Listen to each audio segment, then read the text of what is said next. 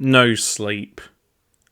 I unexpectedly seen a cult suicide by username RudeCandy4321. I remember passing by a local church on my way to school all the time.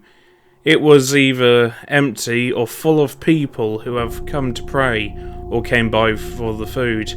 Either way, it always caught my attention about what it's like to be inside it. Nevertheless, I think about it too often until 6 years ago. Me and my friend named Kelly were walking back from a long day's worth of school, and we passed by the same church, and I never set foot inside it. So me, having this burning curiosity, decided to ask Kelly if she wanted to go inside the church. Surprisingly, she said yes, and she went to the front gate, but sadly it was locked.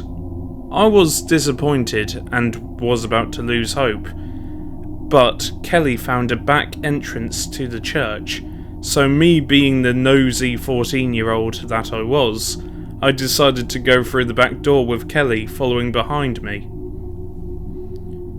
When we entered the church, I was stunned by the beauty of its architecture. I decided to head to the main reception area, where I realised it was completely empty and trashed. I was rather confused, and I started looking around the main reception area and finding all sorts of weird things like VHS tapes and porn magazines, to name a few. When I tried to enter the main office, it was completely trashed, and had the scent of applewood candles and a weird fragrance in the reception office. As I started investigating the reception, I saw a bunch of files scattered on the floors and tables. Weird, I said to myself. I then grabbed one of the files and read through it. To summarise it, basically, it was talking about the end of the world, and how we needed to perform rituals and sacrifice humans and infidels to please a god called Severot. At first, I didn't believe any of this, because I thought it was either fake or all gibberish.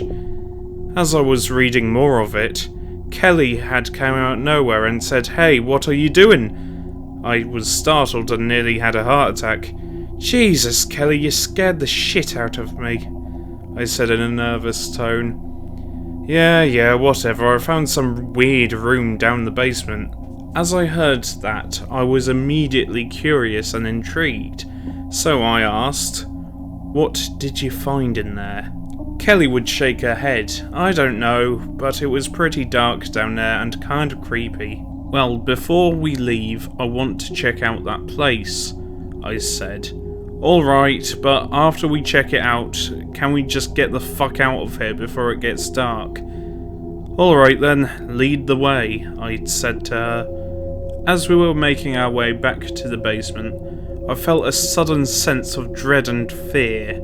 I wanted to leave, but I didn't want to be seen as some sort of pussy, so I sucked it up and went down to the basement. As we entered the basement, it was pitch black, so I turned on my phone flashlight. Ugh, it's pretty cold in here. And she wasn't wrong. The temperature inside that room felt like it was in Antarctica. It was cold as hell.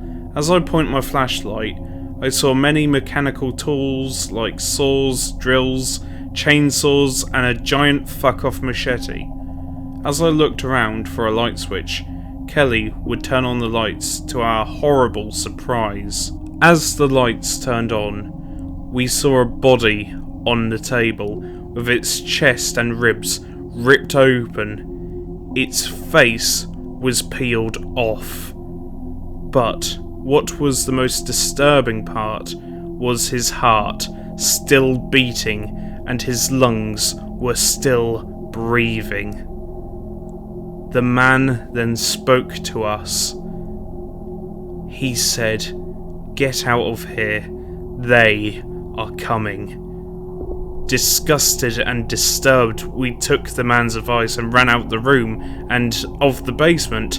As we made it to the main hall, we saw the main doors opening. In a panic, we ran and hid in a maintenance closet.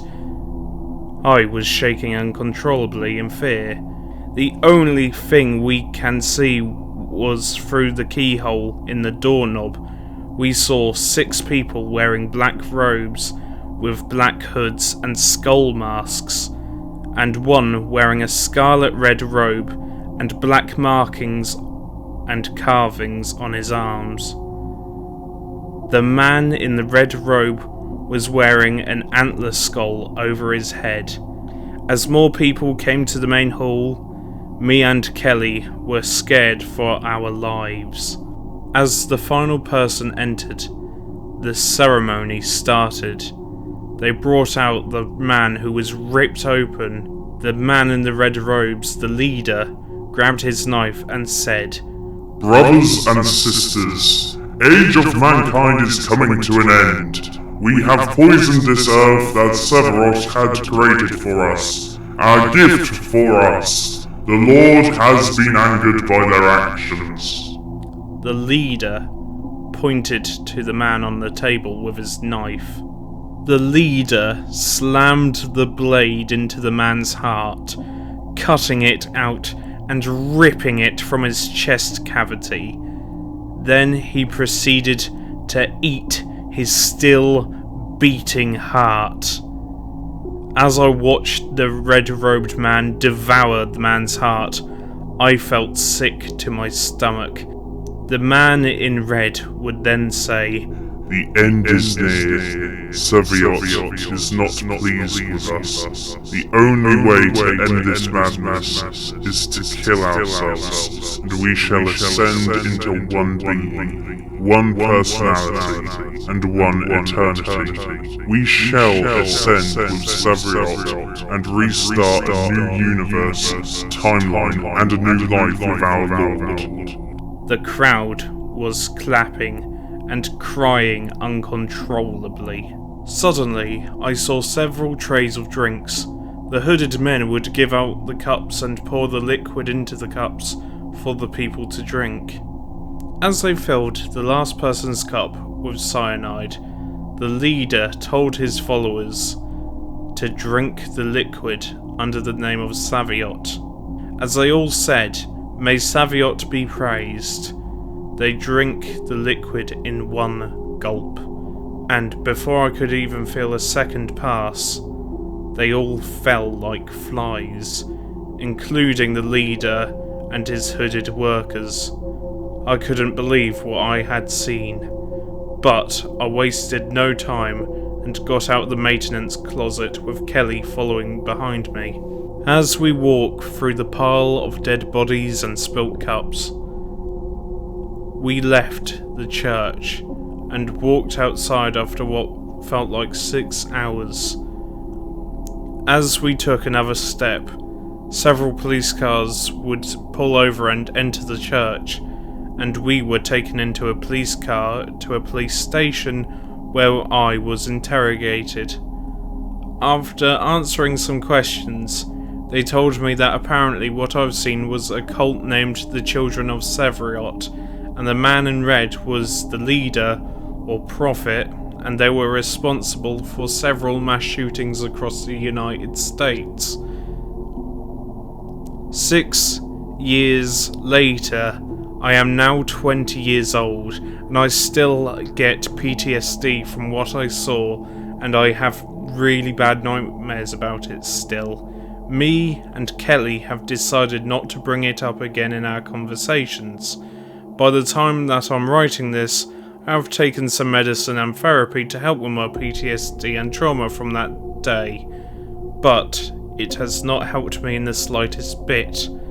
I have been seeing that cult leader just staring at me, but I'm sure it's an hallucination. I'm sure of it. I'm not sure if I can last longer living with my insanity. He just stares at me with yellow eyes watching me.